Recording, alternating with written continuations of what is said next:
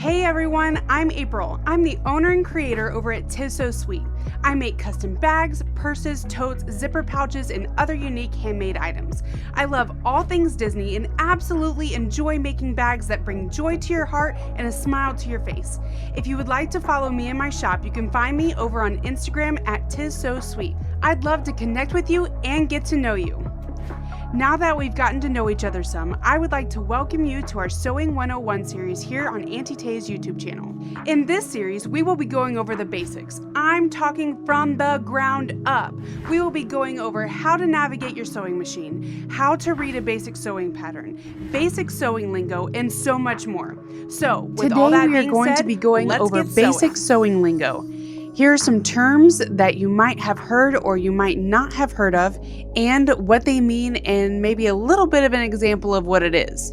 Seam allowance. That is the area between the edge of your fabric and the stitching line on two or more pieces of material that is being sewn together.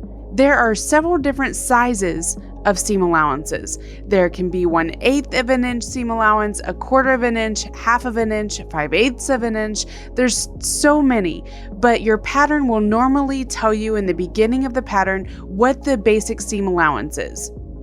I love using washi tape on my needle plate to mark my seam allowances, so that way I have a guide to follow and it helps keep me straight. Top stitching is a sewing technique where the line of stitching is designed to be seen from the outside of a garment or either a decorative or functional type of stitch. Top stitching is used on garment edges such as necklines and hems, and at the tops of bags and pouches where it helps all the fabrics and linings to stay in place and gives a nice crisp edge. Back stitching is simply a technique using the reverse sewing direction of your machine to ensure that the start and the end of a seam do not come undone. It also strengthens the seam. To baste or to tack is to make a quick, temporary stitching intended to be removed. It is used in a variety of ways, one of them being to easily hold the seam or trim in place until it can be permanently sewn. This is usually done with a long running stitch made by hand or by machine. It's called a tacking stitch or a basting stitch.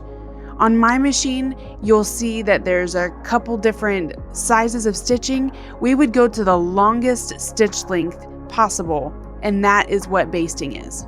If you are sewing anything with curves or maybe in a circular motion, you might see in your pattern that it says to clip the curves and the corners. You can do this by making little slits or notches, which come out to be like little triangles within your seam allowance to allow your fabric to be able to curve with your stitches easier, and it allows for the final product to lay better without a whole lot of bulk. Darts are used to form a piece of 2D fabric into a 3D shape. In clothing, darts help shape the fabric around our curvy parts, and they do this by closing a wedge of fabric following the shape of your body. Here's an example of it in bag making. These seams were made out of oblong triangle cutouts of this fabric, and then they were sewn together to make this 3D shape. Notches are used to mark two different pieces of fabric in order to line them up together perfectly. I use this a lot to find my centers of my bag pieces so that everything is lined up and centered. Here's an example. If I want this zipper to be centered, I fold it in half and notch the zipper like this, just a tiny little notch. Then I'll do the same thing to the fabric piece that I am attaching it to. That way, I just line up the notches and everything is perfectly centered. Let's talk about right side of the fabric versus wrong side of the fabric. In most fabrics, on the right side, the pattern is brighter and more vibrant than the wrong side of the fabric. In other words, it's the front and the back of your fabric. Most patterns will reference lay your right sides of your fabric together, or place your fabrics on the wrong sides together. That's what they mean by that. Stitch length is the distance of your stitches. In most machines, 2.5 millimeter is a standard stitch, 3 millimeter is a top stitch, 4 millimeter is a basting stitch. However, on industrial machines, you use longer stitch lengths because the thread that is used is thicker and it needs more room to move through your machine and your fabrics. Gathering your fabric or creating ruffles is done by running one or more basting lines along the edge of the fabric. on which you will then pull so that the fabric bunches up on the threads until its width matches the width of the other fabric piece on which you want to sew it. A hem is a garment finishing method where the edge of a piece of cloth is folded and sewn to prevent unraveling of the fabric. It is also referenced when you adjust the length of a piece in garments, such as at the end of a sleeve or the bottom of a garment. Now let's talk about some fabric terms.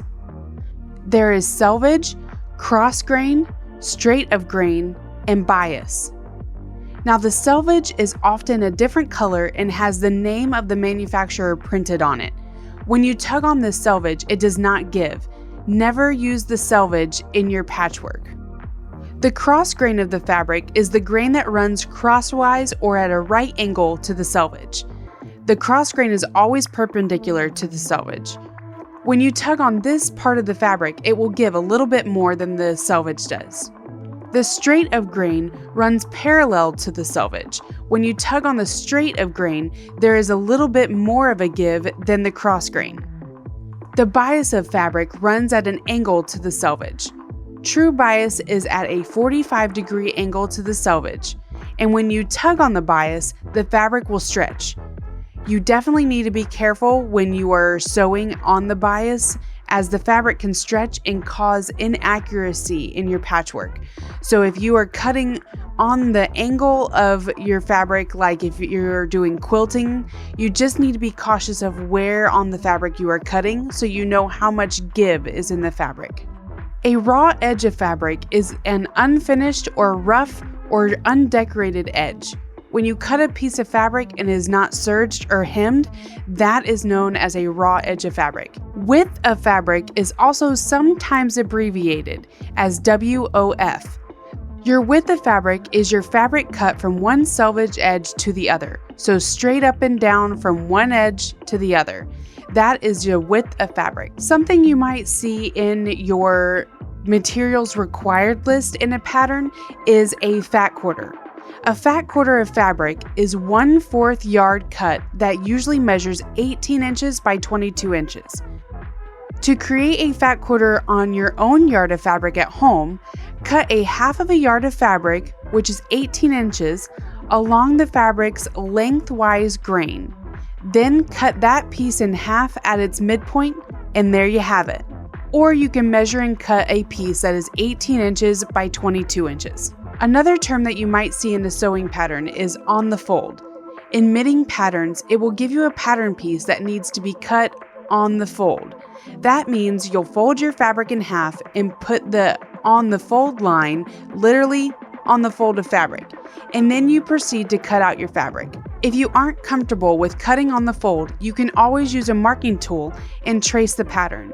You will need to draw all the way around the pattern piece, including the center on the fold line.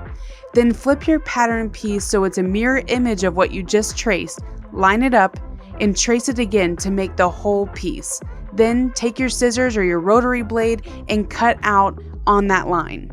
In sewing, a lining is an inner layer of fabric or fur or other material that is inserted into clothing, hats, luggage, curtains, handbags, and other similar items. This will be referred to a lot in your patterns when you're making something. Now you might have seen the word notion somewhere. In sewing, notions are small objects or accessories, including items that are sewn or otherwise attached to a finished article, such as buttons, snaps, and collar stays. Notions also include the small tools used in sewing, such as needles, threads, pins, marking pens, elastic, and seam rippers.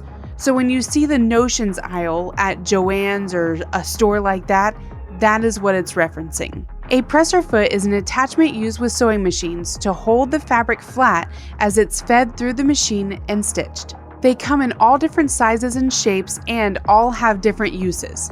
Binding is most commonly found in quilts to encase the raw edges of the quilt sandwich and to keep the fabrics from fraying. But it can be used in bag making when the pattern calls for it. Piping is a trim or edging formed by sewing a thin strip of folded fabric, typically bias binding, into a narrow tube and attaching it to the edge of the piece of fabric. You can also include cord to give it extra body. In sewing, a pattern is the template from which the parts of a garment or bag are traced onto the fabric before cutting out and assembled.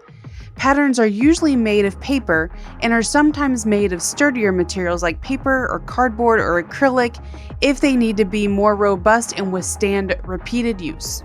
Pressing is what you do when you're making something out of fabric and it isn't finished yet. When you press your sewn pieces, you lift the iron and place it gently down over the area, usually the seam, and then lift to move it again. If you iron it back and forth instead of lifting and pressing, sometimes it'll mess up your seams and make them go a little bit wonky. So try your best to actually press with your iron. Sometimes you will not want to get up from your machine to press a little tiny seam. So you put the piece on your table and you will use your fingers to do a finger press. Use your fingernail or your finger and you press really hard on the seam. Quilters like to use finger pressing when they want to press a seam quickly after sewing. And last but not least, we're going to quickly touch on tension. By thread tension, we mean the amount of thread that can pass through the machine to create the stitch. The more thread in the stitch, then the looser the stitch. The less thread, then the tighter the stitch. A lot of times you will hear sewists complain about the tension on their machine. That's just because it does need to be adjusted from time to time, but once it's set and once it's right, you shouldn't have to touch it unless your pattern or what you're working on calls for you to mess with it. Well, thanks so much for joining me today on Sewing 101 here on Auntie Tay's YouTube channel. I'm April from 'Tis So Sweet, and I'll see you later.